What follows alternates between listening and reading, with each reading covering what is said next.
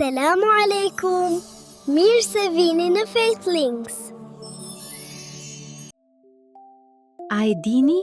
Nga njëherë, një premtim duket si fjalë e vogël, por në zemrën e njeriut bëhet besim i madh. Lina, sot I premtova shokut tim se do t'ia silja ngjyrat për vizatim. Dhe çfarë ndodhi, Zeidi? U mora me lojë dhe pastaj e harrova.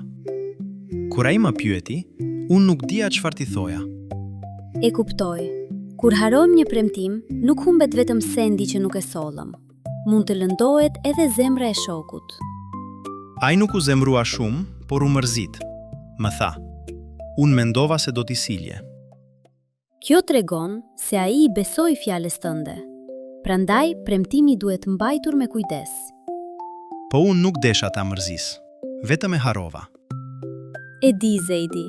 Prandaj, kur premtojmë diçka, duhet ta mbajmë mend. Mund ta shkruajmë ose t'i kërkojmë njeriut të na e kujtojë. Do me thënë premtimi nuk është vetëm të thuash po. Pikrisht, premtimi është një fjalë me përgjegjësi. Allahu në Kur'an I lavdëron njerëzit që e mbajnë fjalën dhe kujdesen për atë që u besohet. Çfarë do të thotë ta mbash premtimin? Do të thotë të kujdesesh për fjalën tënde. Nëse thua do ta bëj, atëherë përpiqu ta bësh. Dhe nëse nuk mundesh, tregoje me të vërtetë. Po tani, çfarë duhet të bëj me shokun tim? Shko me qetësi dhe mund t'i thuash: "Më fal që e harrova. Ti I besove fjalës sime. Nesër do t'i sjell dhe do të kem më shumë kujdes." Po nëse ai prap mërzitet? Jepi pa kohë.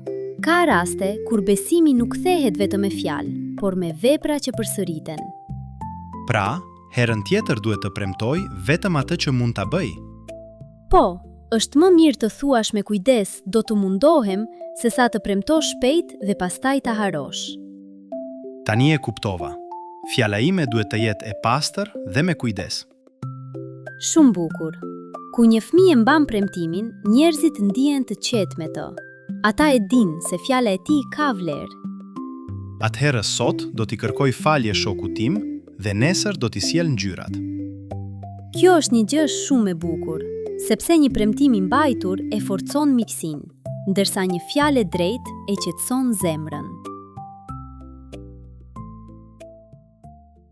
Na mbështet me subscribe në Faith Links dhe ndiq episodet tona.